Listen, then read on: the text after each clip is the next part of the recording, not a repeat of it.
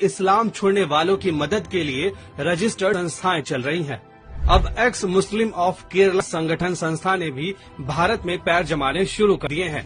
केरल पहला राज्य बना जहां खुलकर ये संस्था उन लोगों के समर्थन में आई है जो इस्लाम छोड़ चुके हैं या छोड़ने का मन बना रहे हैं।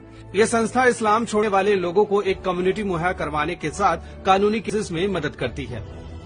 इस संगठन के प्रेसिडेंट डॉक्टर आरिफ हुसैन थेरुवत कहते हैं, भले ही संस्था का रजिस्ट्रेशन 2021 में हुआ, लेकिन हमारा संगठन अपनी पहचान छिपाकर करीब 10 साल से ऐसे लोगों की मदद कर रहा है जो इस्लाम छोड़ चुके हैं या छोड़ना चाहते हैं। केरल ही नहीं बल्कि पूरे देश में। वहीं अब सवाल उठता है कि आखिर केरल में इस्लाम से लोगों का मोह भंग क्यों हो रहा है। इस पर डॉक्टर आरिफ कहते हैं, केवल केरल नहीं बल्कि पूरे भारत में ऐसे लोगों की संख्या बढ़ रही है, लेकिन लोग डर की वजह से अपनी पहचान छिपाकर रखते हैं, क्योंकि इस्लाम में धर्म छोड़ना कुर्फ है। सोसाइटी ऐसे लोगों को काफिर और अनैतिक करार दे देती है। शारीरिक, सामाजिक और मानसिक हर तरह का अत्याचार किया जाता है।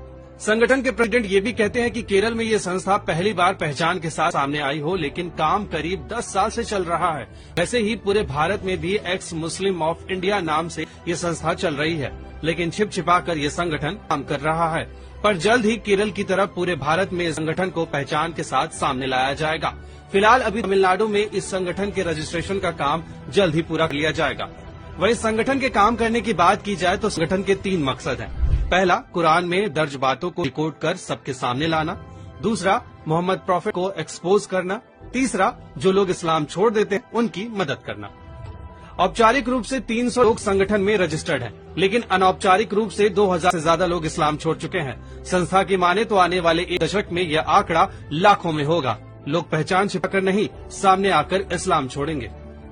शेयर और डाउनलोड करें दैनिक